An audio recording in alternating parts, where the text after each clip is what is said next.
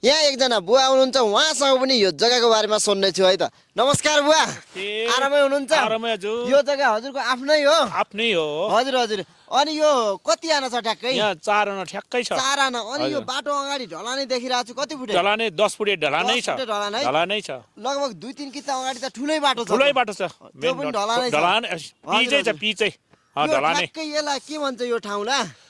यसलाई थापा गाउँ? थापा गाउँ। हजुर हजुर, नागढुङ्गादेखि नजिकै पर्छ। नजिकै पर्छ। हजुर, हजुर। एकदमै नजिकै। अनि यो किन बिक्री गर्न लाग्नु यस्तो राम्रो जग्गा? अब मलाई छोरालाई बाहिर पैसा पठाउनु पर्यो। हजुर हजुर। उतै बिजनेस गर्ने रे। हजुर हजुर। त्यही भएर बेच्न लाग्यो मैले। बेच्ने काम बन्द थिएन। हजुर हजुर।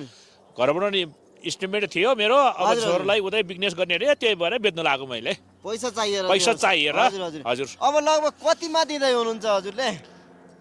अब आनाको 10 राखेको छ मैले। 10 एकदमै सस्तो राख्नु सस्तो, पर्यो। हजुर। अब यहाँ त अघि मैले बुझेँ होइन 15-16 भन्छन् त भन्छ, जग्गाको रेट। हजुर। एकदमै मिलाएर दिनु लाग्नु हजुर। भएको छ। एकदम मिलाएर मैले। ल राम्रो जानकारी राख्नु हजुर, एकदमै धन्यवाद दिन चाहन्छु है त। ल अब आउनुहोस् यो जग्गा हेरौँ है। जग्गाको चारैतिरको दृश्यहरू देखाउने छु। जस्ताको तस्तै यो पुरानो प्लोटिङको जग्गा रहेको छ।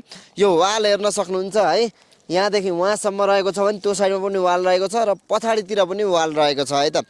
हेर्न सक्नुहुन्छ जग्गा यही नै हो। चिटिक्कको यो मोबाइल आकारको जग्गा रहेको छ। चोसे चासे केही छैन है। हेर्न सक्नुहुन्छ 4 आना जग्गा चिटिक्क मिलेको छ भने यो तपाईँले बाटो पनि अगाडिको ढलानै बाटो रहेको छ भने यहाँ तलपट्टि अरू घरहरू नबनेको त अहिले यस्तो झाइ टाइपको देखिएको छ होइन। घर बन्दा बित्तिकै यो ढलान बाटो रहेको छ।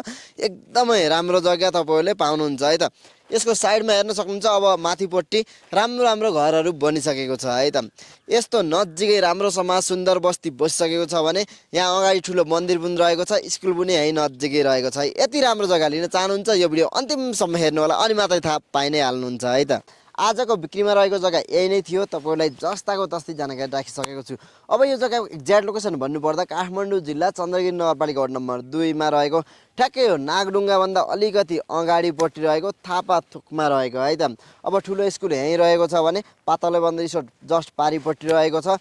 एकदमै हाइटमा मिलेको जग्गा रहेको छ है। वरिपरि यो एरियामा आनाको 15 देखि 16 लाख चलिसकेको रहेछ अगाडिपट्टि।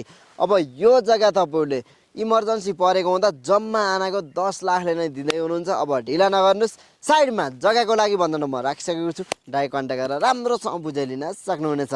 र केही नबुझेको कुरा छ भने तल कमेन्टमा लेख्नु होला भन्दै आजलाई बिदा हुन चाहन्छु। हस् त, धन्यवाद।